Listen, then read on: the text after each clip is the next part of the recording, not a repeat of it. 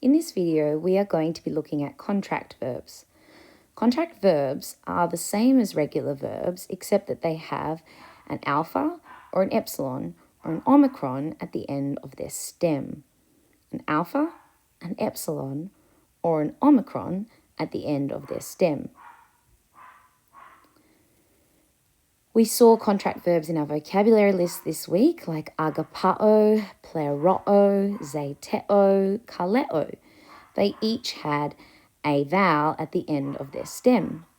If we think back to the previous week, we had verbs like baptizo or therapeuo or meno or hupago, and these had consonants or an upsilon at the end of their stem.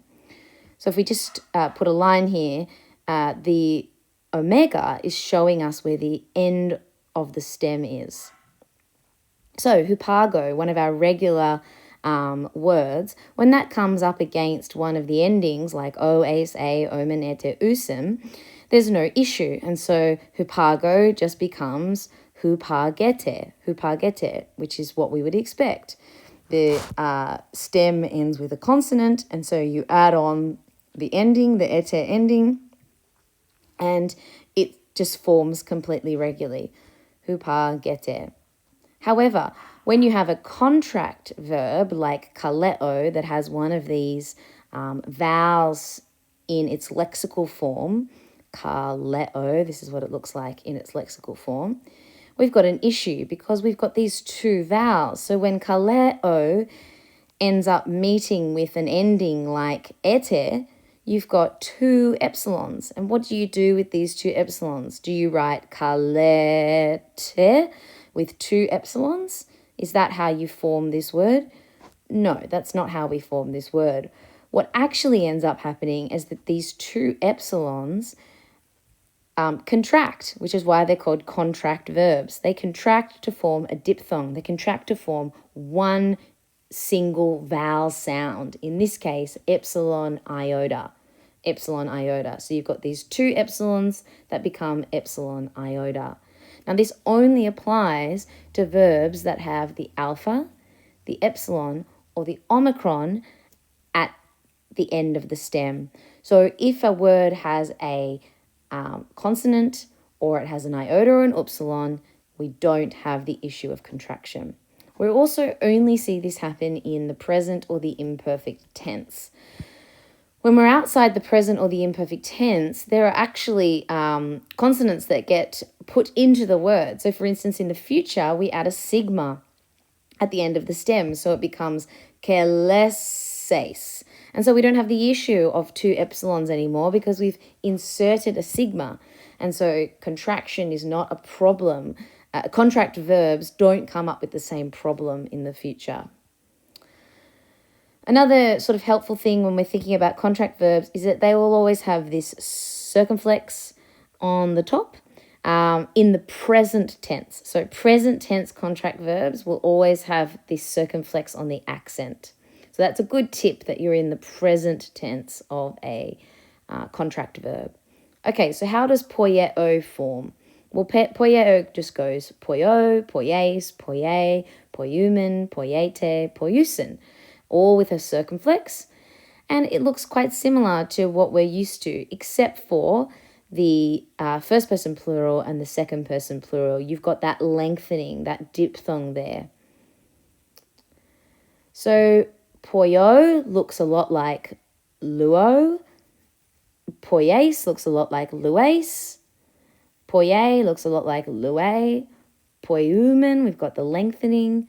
Poiete, we've got lengthening. And poiusen looks the same. All of them have the circumflex because we're in the present active form. In terms of these endings are completely regular.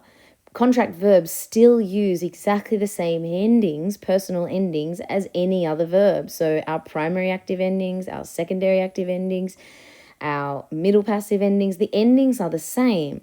They're formed exactly the same as all other verbs, and the meaning is exactly the same.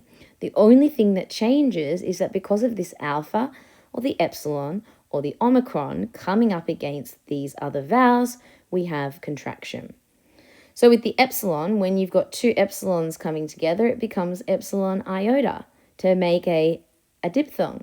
Epsilon omicron becomes an omicron upsilon. It makes an oo sound.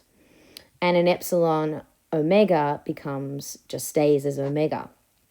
These are the three that are probably the most important. If you were to memorize them, these are the three that I would suggest that you memorize, but you don't need to memorize these forms. It's just important for you to be able to recognize that contraction has taken place. So when you see something like poio, poies, poie, poiumen, poiete, poiusen, it's fairly recognizable, but really what you need to be able to say to yourself is this comes from poieo, which is a contract verb. What about the alpha stem, like agapao, agapao? Well, when you have an alpha at the end of the stem, the contraction is slightly differently. So we've got agapo, again, that first one remains the same, agapes, agape, agapomen, agapate, agaposen. With the alpha, we have slightly different contracted forms.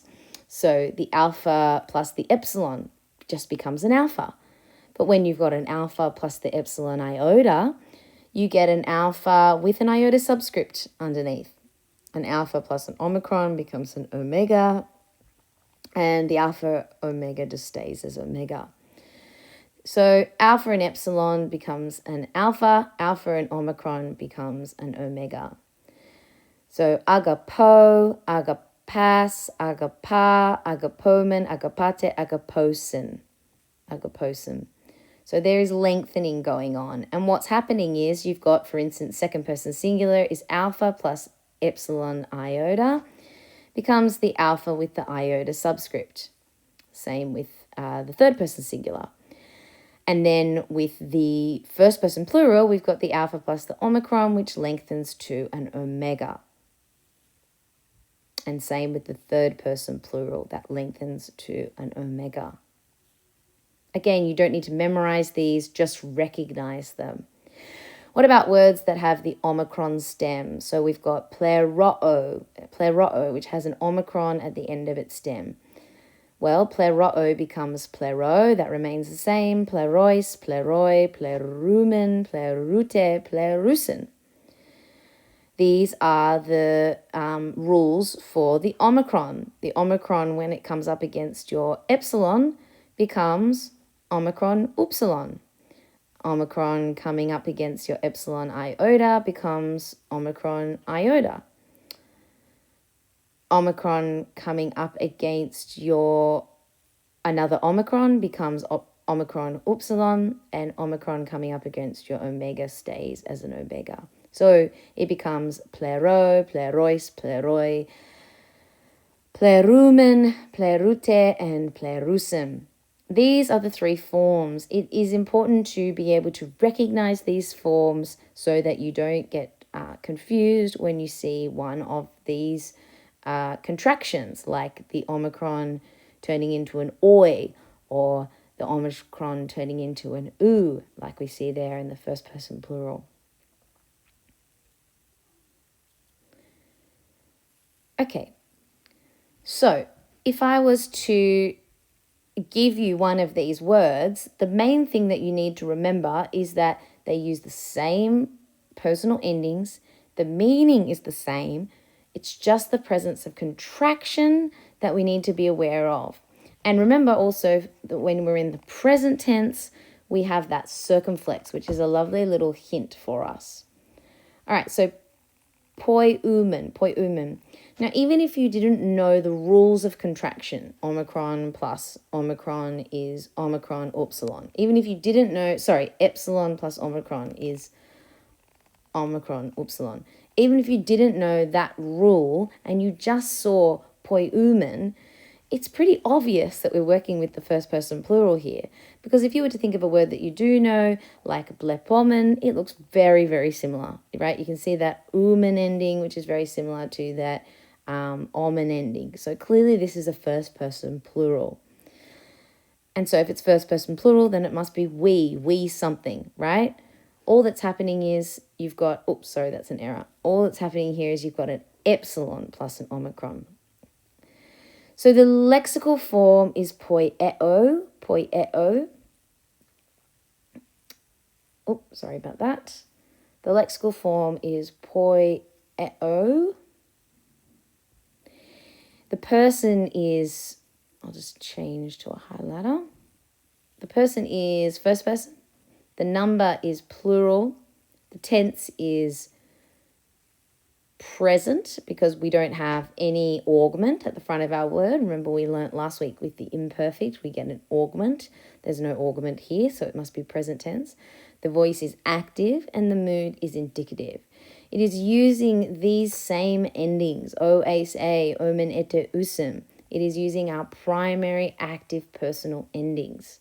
Primary active personal endings. When we see these endings, we know that we must be in the indicative mood, we must be using the active voice, and it's either present or future tense. And we know that it can only be present tense because at this stage that's the only tense we've looked at. So poiumen,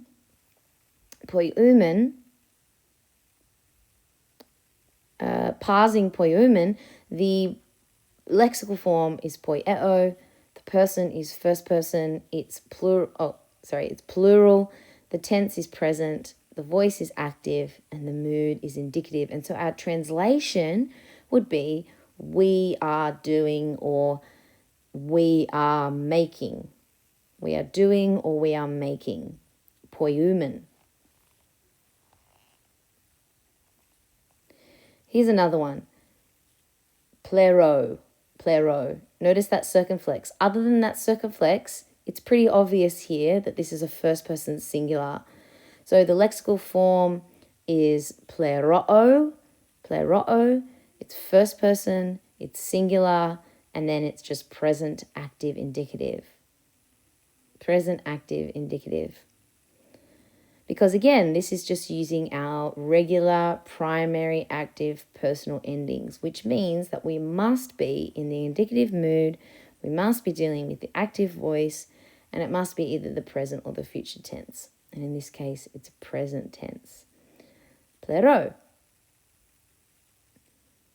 And so the translation would be, I am filling or I am fulfilling.